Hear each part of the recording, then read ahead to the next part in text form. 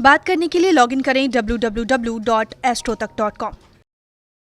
मित्रों नमस्कार, मैं हूं आपका फ्रेंड कमल नंदलाल, आपका मित्र कमल नंदलाल, और मैं आप सभी दर्शकों का हार्दिक अभिनंदन करता हूं एस्ट्रो तक की खास प्रस्तुति कमल नंदलाल के महा उपाय जो आपके जीवन को सरल, सुगम और सफल बनाए।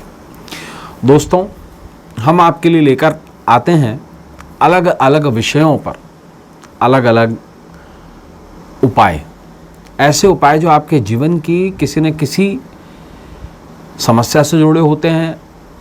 ये उपाय किसी न किसी पर्व से जुड़े होते हैं।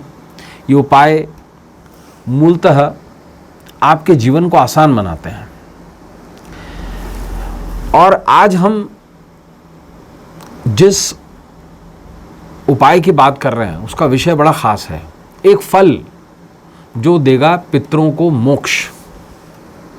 आप बोलेंगे कौन सा ऐसा फल है जो पितरों को मोक्ष दे सकता है? देखिए, शास्त्र तो ये कहता है कि एक विशेष फल है जो पितरों को मोक्ष दे सकता है। आइए इस बारे में हम जानते हैं। देखिए, ये विशेष दिन है और इस विशेष दिन को कहेंगे चैत्र अमावस्या। चैत्र अमावस्या चैत्र महीने के लिए ही विशेष कही गई है। क्या है चैत्र का महीना, इसके बारे में थोड़ी सी जानकारी लेंगे।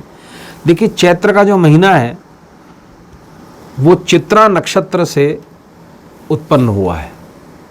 चित्रा मंगल का नक्षत्र है, इसके स्वामी मंगल है और इसके देवता माने गए हैं चित्रगुप्त। शब्दों को समझिएगा, चैत्र, चित्रा और चित्रगुप्त। चित्रगुप्त जो हैं वो यमराज के लेखा अधिकारी माने गए हैं, अकाउंटेंट, हिसाब किताब करने वाले कर्मों का।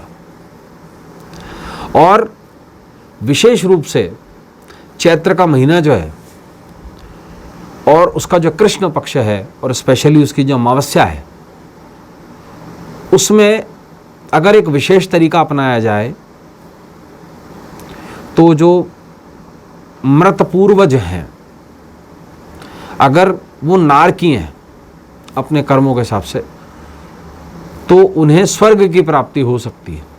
क्योंकि इसी खास नक्षत्र में देवराज इंद्र के निमित्त पूजन किया जाता है।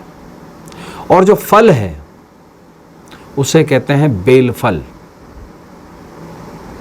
बिल्व पत्र जो हम ईश्वर पर चढ़ाते हैं, और विशेष रूप से बिल्वगिरी से लक्ष्मी का हवन होता है। वही बेल फल जिसका हम जूस भी पीते हैं।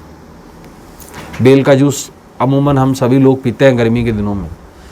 ये खास महीना है और चैत्र अमावस्या का जो दिन है वो बड़ा विशेष होता है बिल्व के स्पेशल उपायों के लिए, जिससे जो मृत पूर्वज है अगर वो नारकी हैं तो उन्हें स्वर्गलोक की प्राप्ति होती है।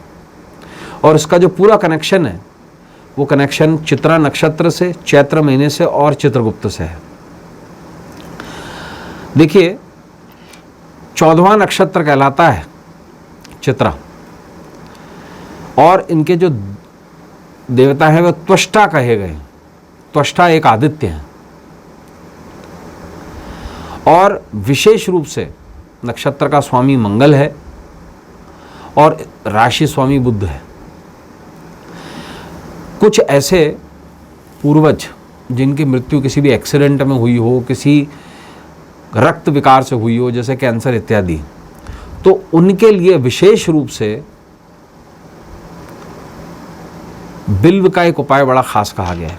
और इसमें भगवान चित्रगुप्त के विशेष पूजन का विधान है और भगवान ब्रह्मा के निमित्त भी ये पूजन किया जाता है। देखिए, ब्रह्मा की काया से निकले थे चित्रगुप्त, इसी वजह से चित्रगुप्त के समाज को कायस्थ बोला जाता है, कायस्थ।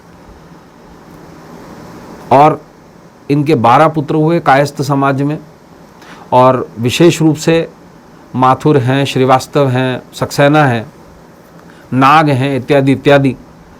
तो ये 12 जो खंड कहे गए हैं, इसका पूरा वर्णन अम्बष्ट इत्यादि इत्यादि कई जगह पे इनका उल्लेख मिलता है।